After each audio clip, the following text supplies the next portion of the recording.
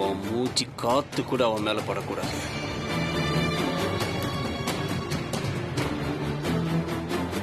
ஏன் போன்ல கூட நீங்க பேசக்கூடாது. எந்த ஒட்டு உறவும் இல்லாம மொத்தமா உன்னை வெட்டி விட்டு வந்தா கலையை நான் மறுபடியும் ஏத்துக்கிறேன்.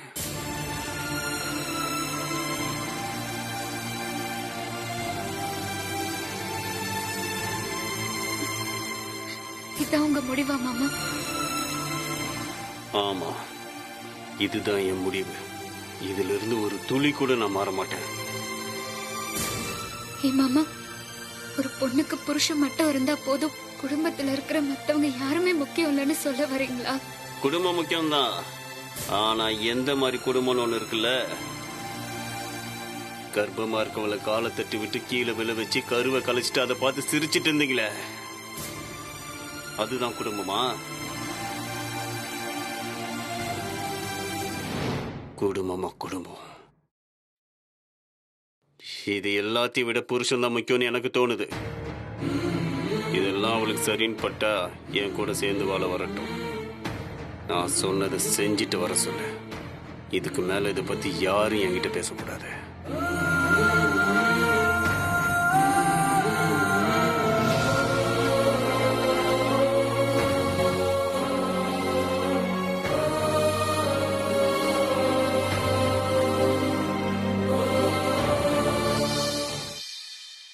என்னாச்சு வெண்ணிலா?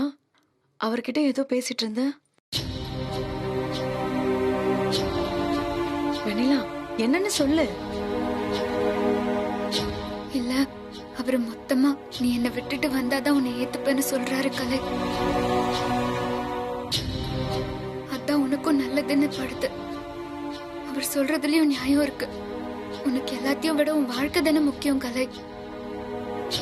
தயவு செஞ்சு நீ என் கூட பேசுறதெல்லாம் நிறுத்திரு. நீ அவரு கூடவே இரு.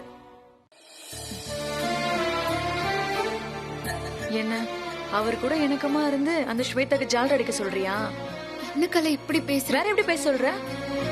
அவரு தான் ஸ்வேதா பண்ற அத்தனை காரியத்துக்கு துணை போறாரு. அதை நினைச்சு நினைச்சு ஒவ்வொரு நாள் நான் எவ்வளவு பயந்துட்டு இருக்க தெரியுமா? கொஞ்சமாச்சும் அந்த பக்கம் நியாயம் இருக்கா? அவங்க பண்ற காரியத்து மூலமா அவர் உயிருக்கு ஏதாவது ஆபத்து வந்துருமோன்னு நான் பயப்படாத நாளே இல்ல. அப்படி இருக்கிறவரு இன்னைக்கு ஒண்ணு குறை சொல்றாரா? வெண்ணிலா, சத்தியமா சொல்றேன், நான் உன் பக்கம் இருக்கேன், முத்தரசன் மாமா பக்கம் இருக்கேன். உங்க எல்லாருக்கூடவும் பேசுறேன்னா அதுக்கு காரணம் நீங்க முக்கியங்கிற நினைப்பு என் மனசுல இருக்கிறது தான். அது மட்டும் இல்ல, உங்க பக்கம் நியாயம் இருக்கு வெண்ணிலா. நான் நியாயத்து பக்கம் நிக்கிறேன். அப்படி நியாயமா இருக்கிற நீ நிச்சயமா தப்பு பண்ணிருக்க மாட்டே வெண்ணிலா. எல்லா விஷயத்திலயுமே நியாயமா இருக்க நீ அந்த ஒரு விஷயத்துல மட்டும் எப்படி தப்பு பண்ணிருப்ப? அந்த எண்ணம் கொஞ்சம் கூட அவருக்கு இல்ல பாரு. ஆனா எனக்கு ஒரே ஒரு விஷயத்துல மட்டும் நம்பிக்கை இருக்கு வெண்ணிலா. என்னைக்காவது ஒரு நாள் ஸ்வேதா மொத்தமும் தப்பு, அவ கூட இருந்து வாழ்நாள நம்ம வீண் அடிச்சிட்டோன்னு அவரு திரும்ப வருவாருன்னு எனக்கு நம்பிக்கை இருக்கு வெண்ணிலா. அதுக்காக நான் காத்துட்டு இருக்கிறத விட வேற வழியே இல்ல வெண்ணிலா. இல்ல கலை, இப்போ நான் தயவு செஞ்சு இந்த விஷயத்துல என்ன வற்புறுத்தாது. என்னால உன்னை விட்டுட்டு ஒரு வாழ்க்கையில நினைச்சு கூட பார்க்க முடியல. எனக்கு நீ வேணும் வெண்ணிலா, எப்பயும் வேணும். ஏன்னா என்னை விட என் நலன்ல அக்கறை காமிக்கிறவன் நீதான். இன்னும் சொல்ல போனா நீ அம்மா வெண்ணிலா.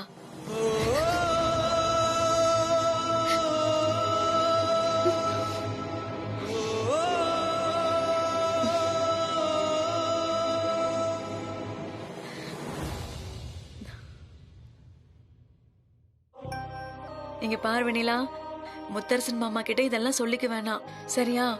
தேவையில்லாம அவர் வருத்தப்படுவாரு. இது நமக்குள்ளே இருக்கணும், புரியுதா? சரி, நான் போய் தூங்குறேன். சரி.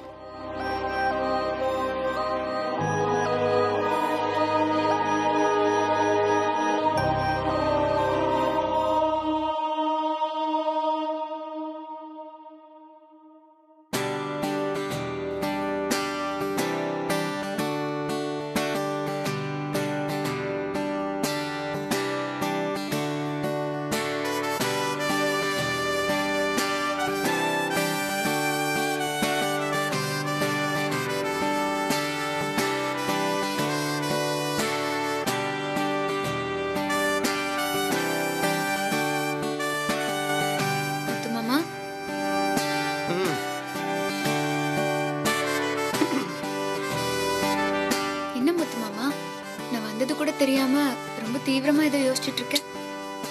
இதே கேள்வி நீ ஒரு 1000 வாட்டி என்கிட்ட கேட்டிருக்க. நானும் 1000 வாட்டி அதே பதில் சொல்லியிருக்கேன். போர் அடிக்குது. நான் எதுவும் யோசிக்கல. இன்னைக்கு வீட்டில் நிறைய நல்ல விஷயங்கள் நடந்துச்சு இல்லை, அதை நினச்சி பார்த்துட்டு இருக்கேன். உத்ரா குட்டியை தத்து எடுத்துட்டோம். நம்ம ஜனனி வேற அம்மாவுக்கு போறா. மனசுக்கு ரொம்ப சந்தோஷமா இருக்கு. நடுவில் இந்த பிசாசு ஸ்வேதா அவ அடிச்ச கூத்துல டோட்டலா ஆஃப் ஆயிடுச்சு. ஒரு மாதிரி தான் இருந்தேன். இப்பதான் கொஞ்சம் அப்படி சரியாயிட்டு இருக்கு. ஏதோ இந்த சந்தோஷம்லாம் அப்படியே என்னைக்குமே இருக்கணும். எனக்கும் அதான் ஆசை முத்து மாமா. இன்னைக்கு வீட்டுல இருக்கிற அமைதி எப்பவுமே இருக்கணும்னு தான் கடவுளை வேண்டிட்டே இருக்கேன். இருக்கணும். ஆனா அவ அப்படியே அமைதியா இருக்கன்றனால நம்ம அப்படியே சைலண்டா இருந்துடக்கூடாது. அவ கேடி, ஃப்ராடு, யமகாதகி. அவ சைலண்டா இருக்கிறான்னா ஏதோ பிளான் பண்றான்னு தான் அர்த்தம். எனி டைம் என்ன வேணாலும் பண்ணுவா. அப்படியே சைலண்டா இருக்கிற மாதிரி இருப்பா. ஆனா அழகா அப்படியே எல்லாருக்கும் காப்பு வச்சிருவா. ஸோ இதுக்கப்புறம் கண்டிப்பா ஒரு பிரச்சனை பண்ணுவா. அதை வந்துதான் நம்ம அதை எப்படி ஹேண்டில் பண்றது, அதனால நம்ம சந்தோஷத்தை நம்ம எப்படி இழக்காம இருக்கணும்ன்றது நம்ம ரொம்ப தெளிவா இருக்கணும். நான் கூட ஒரு முக்கியமான விஷயம் பேசணும் தான் வந்தேன் முத்து மாமா. ஐயோ, உன்னை வெயிட் பண்ண வச்சிட்டேனா? ரொம்ப சாரி. பொண்டாட்டி பேச்சை கேட்காதவனா ஒரு புருஷனா? இப்ப நீ சொல்லு. போதும் போதும், ரொம்ப ஓட்டாத. ஓட்டுறதுக்கு நீ ஆடி காரா? சொல்லு. இப்போதான் கலையும் நானும் பேசிட்டு இருந்தோம். அவ மனசுக்குள்ள அவளையே அறியாம ஒரு சோகம் இருக்கு முத்து மாமா. என்னதான் ஜனனி விஷயம் எல்லாம் கேட்டு அவ ரொம்ப சந்தோஷப்பட்டாலும் அவளுக்கும் ஒரு வாழ்க்கை வரணும், அவளுக்கும் ஒரு குழந்தை இருக்கணும்னு ஆசை இருக்காதா? வாஸ்தவம் தான், எனக்கும் தெரியுது. மருது பையன் எப்படி இருக்கானே, அது நான் என்ன பண்ண முடியும்? அவருக்கு கொஞ்சம் கூட கலைய பத்தின கவலையே இல்ல முத்து மாமா. ஸ்வேதா ஆட்டி வைக்கிற பொம்மையாவே மாறிட்டாரு. கொஞ்சம் கூட யோசிக்கவே மாட்டேங்கிறாரு. சொந்த புத்தி கிடையாது. எருமாடு வயசாது. என்ன பண்றான் என்ன பேசணும் தெரியாம பேசுறது. அவன் நடக்க சொன்னா நடக்கிறது, உட்கார சொன்னா உட்காருது, நிக்க சொன்னா நிக்கிறது. ச்சே, அசிங்கமா இருக்கு. அதெல்லாம் அவனா மாறினாதான் உண்டு. நாம ஒண்ணும் பண்ண முடியாது. அப்படியெல்லாம் விட்டுற முடியாது முத்து மாமா. கலைக்காக கண்டிப்பா நாம ஏதாவது செஞ்சாகணும். உன்னாலதான் அது முடியும். அதுவும் இல்லாம இந்த ஸ்வேதாவால பூங்கோத அண்ணி வாழ்க்கையும் பாதிக்குது. அது தெரியாம அவங்க வந்து எப்ப பார்த்தாலும் ஸ்வேதா பேச்ச கேட்டுக்கிட்டு ஆடுறாங்க. அது அவளுக்கும் தெரியும்ல.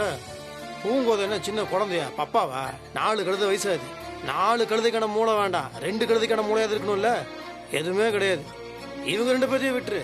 இவங்க எல்லாத்துக்கும் சீனியர். அவங்கள நான் என்னன்னு சொல்றது? சித்தியும் அவ பேச்சதான் நம்புறாங்க.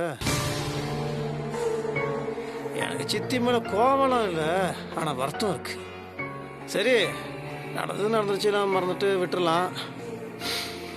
சந்தோஷமா இருக்கணும் எனக்கு தான் ஆசை. ஆனா இவ விட மாட்டான். கன்ஃபார்மா எல்லாத்தையும் பிரெயின் வாஷ் பண்ணுவா. இவங்களும் அவ பேச்ச தான் கேட்பாங்க. அடுத்து அவ என்ன பண்ண போறான்னு யோசிச்சாலே லைட்டா ஒரு பயம் மனசோரமா இருந்துட்டு தான் இருக்கு. சரி, வரும்போது பார்த்துப்போம். நம்ம பாட்டு பேசிட்டு இருக்கோம். தூங்கிட்டாளா?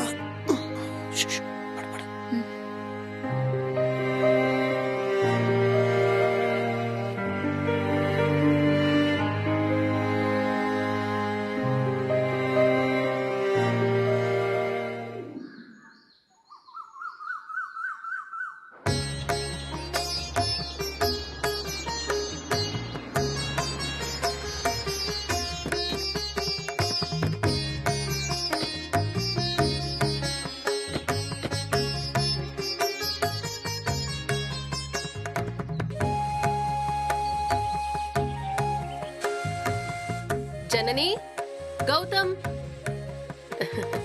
வாங்கம்மா. வாங்கப்பா, எப்படி இருக்கீங்க? நீ எப்படிமா இருக்க? நல்லா இருக்கேன். உள்ள வாங்க. வாங்க வாங்க. சரி, போலாம். வாங்க வாங்க வாங்க. வணக்கங்க. எப்படி இருக்கீங்க? வணக்கம். நல்லா இருக்கீங்க? நல்லா இருக்குங்க. நேத்து கௌதம் திடீர்னு ஃபோன் பண்ணி சொன்னதும் எங்களுக்கு கையும் ஓடல காலும் ஓடல. ஆனா முதல்ல வரேன்னு அக்கா தான் சொல்லிட்டு இருந்தாங்க. அவங்களுக்கு கொஞ்சம் உடம்பு முடியல, அதான் வர முடியல. இருந்தாலும் இந்த பயணத்தை தள்ளி போடக்கூடாதுன்னு தான் நாங்க வந்துட்டோம். நாங்களும் உங்களை எதிர்பார்த்துட்டு தான் இருந்தோம். அப்புறம் சம்மந்தியம்மா எங்க இருக்காங்க? சித்தி கொஞ்சம் உடம்பு சரியில்லை, ஆசிரமத்துக்கு போயிருக்காங்க, வந்துடுவாங்க. ஆமா, என் மருமக எங்க? உங்க மருமக இங்கதான்.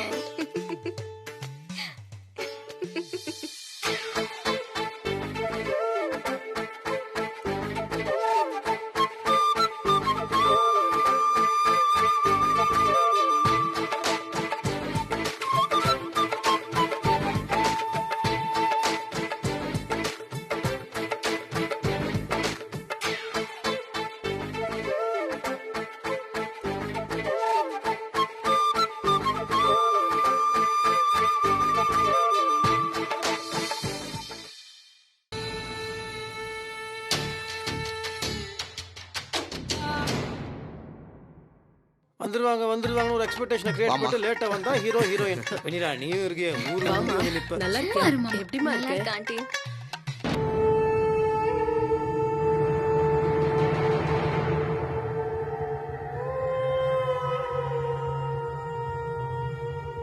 பரவாயில்லையே, அவங்க வீட்ல வந்து தலைகீழா நிக்கிறாங்க. நிக்கட்டும். எத்தனை நாளைக்கு தாங்குவாங்கன்னு நானும் பாக்குறேன். ரொம்ப நாளா வாங்க வாங்க. நல்லா இருக்கீங்களா? நல்லா இருக்கேம்மா. நீ எப்படிமா இருக்க? நல்லா இருக்கேம்மா, உட்காருங்க. தாம்பூல தட்டை கொஞ்சம் எடுத்துட்டு வரியாமா? இதோ எடுத்துட்டு வரேன். வணக்கம்மா. உட்காருங்க ஆண்டி. ம். உட்காருங்க. உட்காருமா, நீயும் உட்காரு. இங்க வா. எப்படி இருக்கீங்க? உடம்புலாம் நல்லா இருக்குல்ல?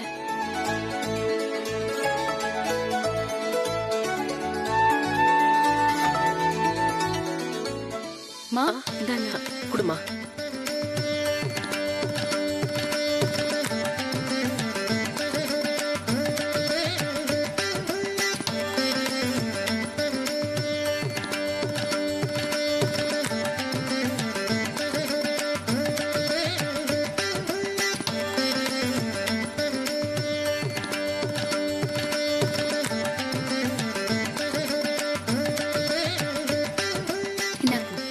எப்படியோ எங்களை தாத்தா பாட்டி ஆக்கணும்னு முடிவு பண்ணிட்டீங்க.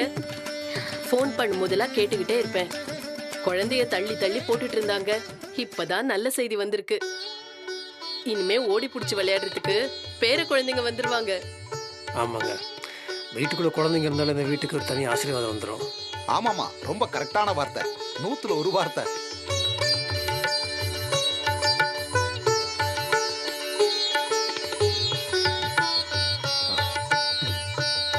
எப்படி சூப்பரா?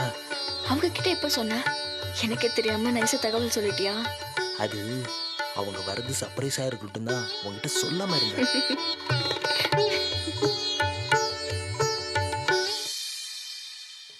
என்ன நீ ஏதோ ஊர்ல உலகத்துல இல்லாத அதிசயம் மாதிரி ஜனனி வயித்துல மட்டும்தான் குழந்தை பிறக்க போற மாதிரி பில்டப் பண்றாங்க. அதுவும் மாமா ரொம்ப ஹெவியா பில்டப் பண்றாரே.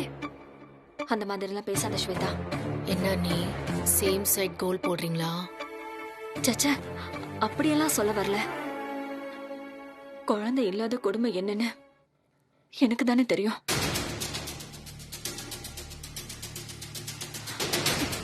எத்தனையோ இடங்கள்ல சபையில நிக்க முடியாம நான் அவமானப்பட்டு கூனி குறுகி நின்னு இருக்கேன். அண்ணன் சொல்ற விஷயமெல்லாம் கரெக்ட் தான். குழந்தையும் தெய்வமும் கண்டிப்பா ஒண்ணுதான். அது மிகப்பெரிய அங்கீகாரத்தையே இந்த உலகத்துல வாங்கி கொடுக்குது.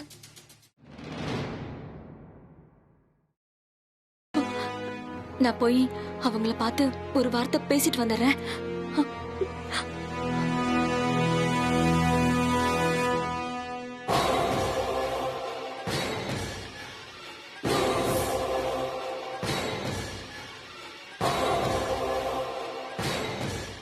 என்ன ஸ்வேதா இது? அதான் எனக்கும் புரியல. கொஞ்ச நாளாவே அண்ணி இப்படிதான். ட்ரெயின் தண்டவாளத்தை விட்டு இறங்கி தடம் மாறி போகுது. பாப்போம், எப்படி இருந்தாலும் கடைசியில நம்ம கிட்ட வந்துதானே ஆகணும்.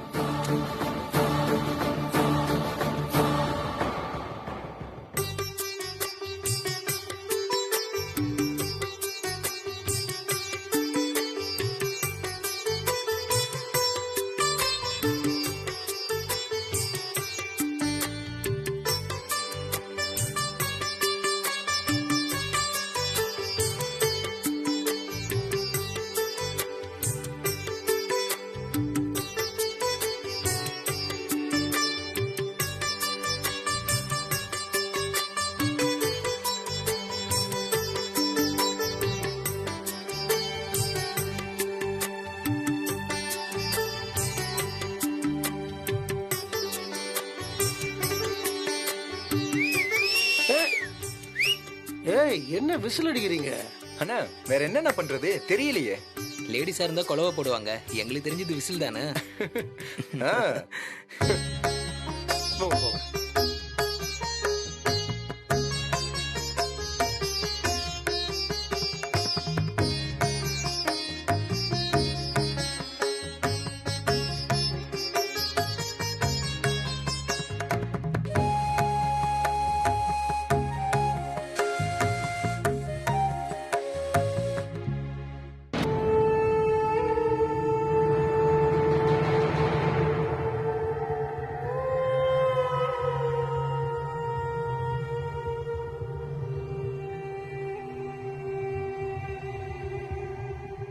ஸ்வேதா பூங்குதே பாரு, ஜனனி பக்கம் ரூட் எடுக்கிறாங்க.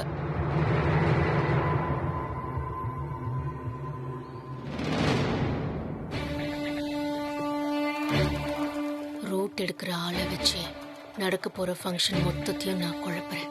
எப்படி பண்ண போற? பண்ணும்போது தெரிஞ்சுக்கோ. ம்?